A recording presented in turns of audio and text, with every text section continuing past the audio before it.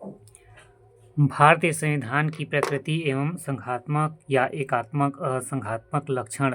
पहला, संविधान की सर्वोच्चता। भारतीय संविधान भारत की सर्वोच्च विधि है।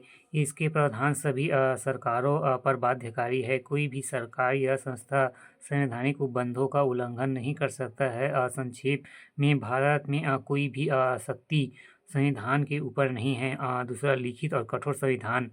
भारतीय संविधान लिखित और संशोधन की दृष्टि से कठिन है, चूँकि संविधान में साधारण कानून बनने की पद्धति में भिन्न पद्धति के आधार पर ही परिवर्तन किया जा सकता है। तीसरा, शक्तियों का विभाजन।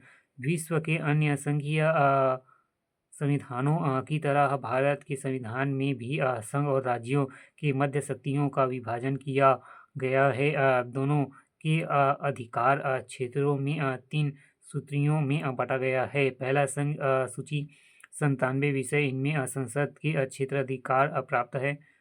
संसद को क्षेत्राधिकार प्राप्त है। दूसरा, राज्य सूची 66 विषय। इसमें राज्य व्यवस्थापिका प्राप्त है।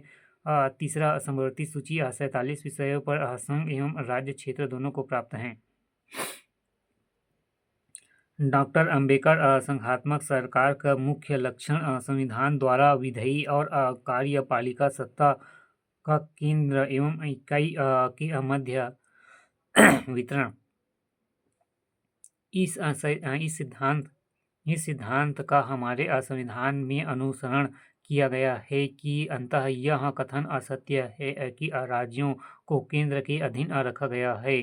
चौथा, स्वतंत्र एवं निष्पक्ष सर्वोच्च न्यायालय।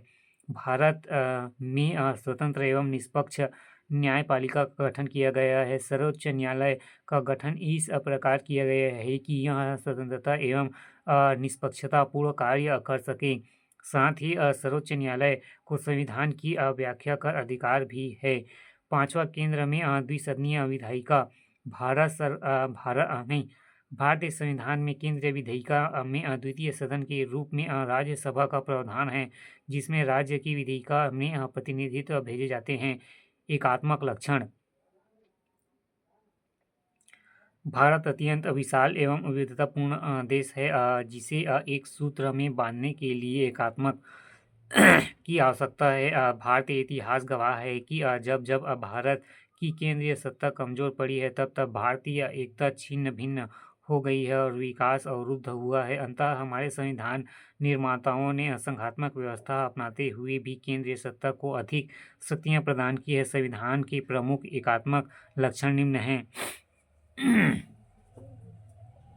पहला, शक्ति विभाजन। केंद्र के पक्ष में केंद्र राज्यों के मध्य शक्तियों का इस प्रकार विभाजन किया गया है कि केंद्र के पास सभी महत्वपूर्ण विषय रक्षा, वित्तीय, विदेश, संचार आदि है। केंद्र के पास 97 और राज्यों के पास 66 विषय है। समवर्ती सूची में 47 विषय है। समवर्ती सूची पर यद्यपि केंद्र राज्य दोनों ही कानून बना सकते हैं, यह भी पारस्परिक मतभेद पर केंद्र का कानून मान्य होगा। अवशिष्ट शक्तियां भी केंद्र को ही प्राप्त हैं। दूसरा, एकल नागरिकता।